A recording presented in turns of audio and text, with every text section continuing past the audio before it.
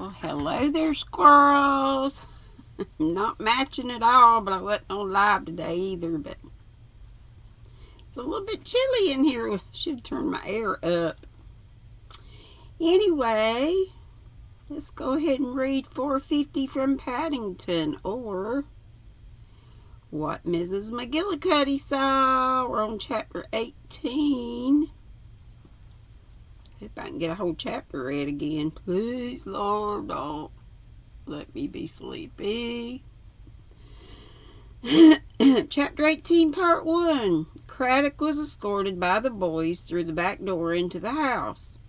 This was, it seemed, their common mode of entrance. The kitchen was bright and cheerful. Lucy, in a large white apron, was rolling out pastry. Leaning against the dresser, watching her with a kind of dog-like attention, was Brian Eastley.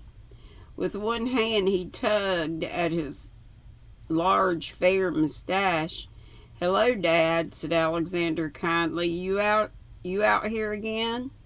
"I like it out here," said Brian, and added, "Miss Owlsbury doesn't mind." "Oh, I don't mind," said Lucy. "Good evening, Inspector Craddock." "Coming to detect in the kitchen?" asked Brian with interest. "Not exactly. Mr. Cedric Crackenthorpe is still here, isn't he?" "Oh, yes, Cedric's here. Do you want him?" "I'd like a word with him, yes, please." "I'll go and see if he's in," said Brian. "He may have gone round to the local." He unpropped himself from the dresser. "Thank you so much," said Lucy to him. "My hands are all over flour, or I'd go." "What are you making?" asked Stoddard West anxiously. "Peach flan." "Good, oh," said Stoddard West. "Is it nearly supper time?" asked Alexander. "No." "Gosh, I'm terribly hungry." "There's the end of the ginger cake in the larder." The boys made a concerted rush and collided in the door. "They're just like locusts," said Lucy. "My congratulations to you," said Craddock. "What on, exactly?" "Your ingenuity over this." "Over what?" Craddock indicated the folder containing the letter. "Very nicely done," he said. "What are you talking about?" "This, my girl, this." He half drew it out. She stared at him uncomprehendingly. Craddock felt suddenly dizzy. "Didn't you fake this clue and put it in the boiler room for the boys to find? Quick, tell me." "I haven't the faintest idea what you're talking about," said Lucy. "Do you mean that—" Craddock slipped the folder quickly back in his pocket as Brian returned. "Cedric's in the library," he said. "Go on in." He resumed his place on the dresser, and Inspector Craddock went to the library. Part 2. Cedric Crackenthorpe seemed delighted to see the inspector. "Doing a spot more sleuthing down here?" he asked. "Got any further?" "I think I can say we're a little further on, Mr. Crackenthorpe. Found out who the corpse was? We've not got a definite identification, but we have a fairly shrewd idea." "Good for you. Arising out of our latest information, we want to get a few statements. I'm starting with you, Mr. Crackenthorpe, as you're on the spot. I shan't be much longer. I'm going back to Ibiza in a day or two. Then I seem to be just in time. Go ahead."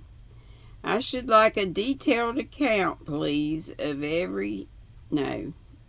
exactly where you were and what you were doing on Friday, 20th December. Cedric shot a quick glance at him.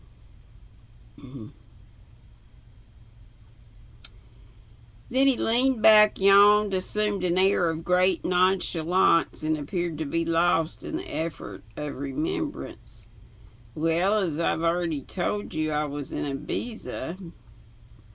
Trouble is, one day there is so much like another.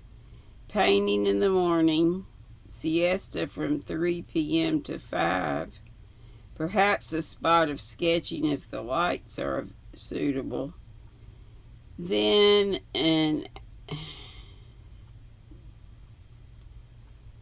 aperitif, sometimes with the mayor, sometimes with the doctor, at the cafe in the piazza. After that, some kind of a scratch meal most of the evening in Scotty's bar with some of my lower class friends. Will that do you?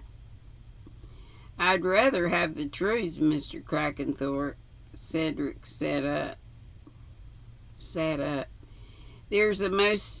That's a most offensive remark, Inspector. Do you think so? You told me, Mr. Crackenthorpe, that you left Ibiza on 21st December and arrived to England that same day. So I did.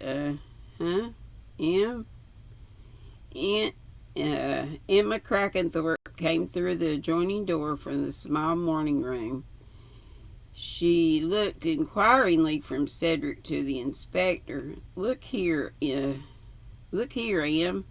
I arrived here for Christmas on the Saturday before, didn't I? Came straight from the airport.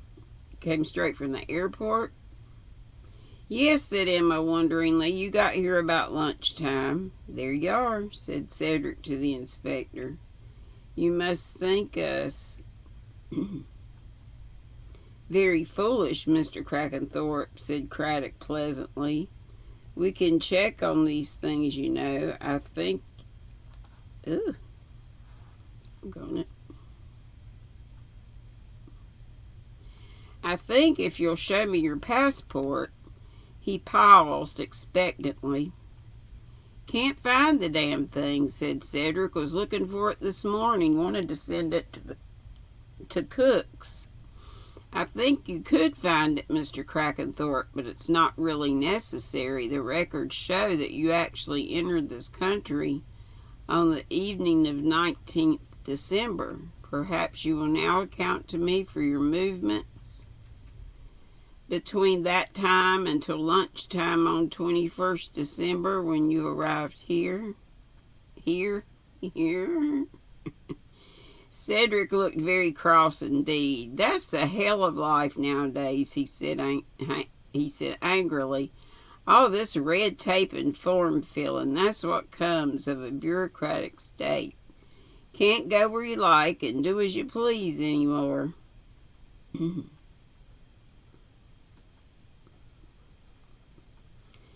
Somebody's always asking questions. What's all this fuss about the 20th anyway? What's special about the 20th? It happens to be the day we believe the murder was committed. You can refresh. You can be... No. Believe the murder... You can refuse to answer, of course, but... Who says I refuse to answer? Give a chap time, and you were vague enough about the date of the murder at the inquest. What's turned up new since then? Craddock did not reply. Sorry, I'm sleepy. Cedric said with a sidelong glance at Emma, Shall we go into the other room? Emma said quickly, I'll leave you. At the door she paused and turned. This is serious, you know, Cedric. If the 20th was the day of the murder, then you must tell Inspector Craddock exactly you can do.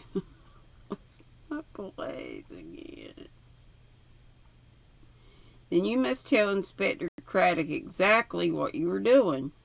She went through into the next room, closed the door behind her. Good old M, said Cedric. Well, here it goes. Yes, I left Ibiza on the 19th, all right.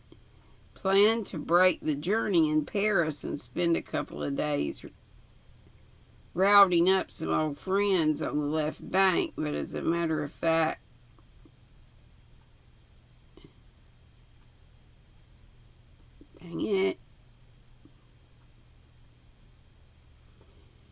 I'm so sorry. It's been a couple of days. But as a matter of fact, there was a very attractive woman on the plane, quite a dish. To put it plainly, she and I got off together. She was on her way to the States, had to spend a couple of nights in London to see about some business or other. We got to London on the 19th. We stayed at the Kingsway Palace, in case your spies haven't found that out yet. Called myself John Brown. Never does to use your own name on these occasions. Not on the 20th? Cedric made a grimace. Cedric said with a sidelong glance at Emma, "Shall we go into the other room?" Let's see. I might stop there, y'all. I keep about going to sleep. Oh, mercy, that wasn't long at all. I tried. I'm hoping my glasses will help too. Ooh. I'll see y'all later. See you in the YouTube streets. And hope to see you back here on Wednesday. Don't forget, Crochet Adventures with Kelly. Kelly's Crochet Adventures, sorry. Kelly with an I. Kelly's Crochet Adventures will be on, or she usually is, on Tuesday nights. She's got her schedule up on her community tab. I want to say it's 7 or 7:05. Love y'all. Be sweet, don't be ugly. Bye-bye.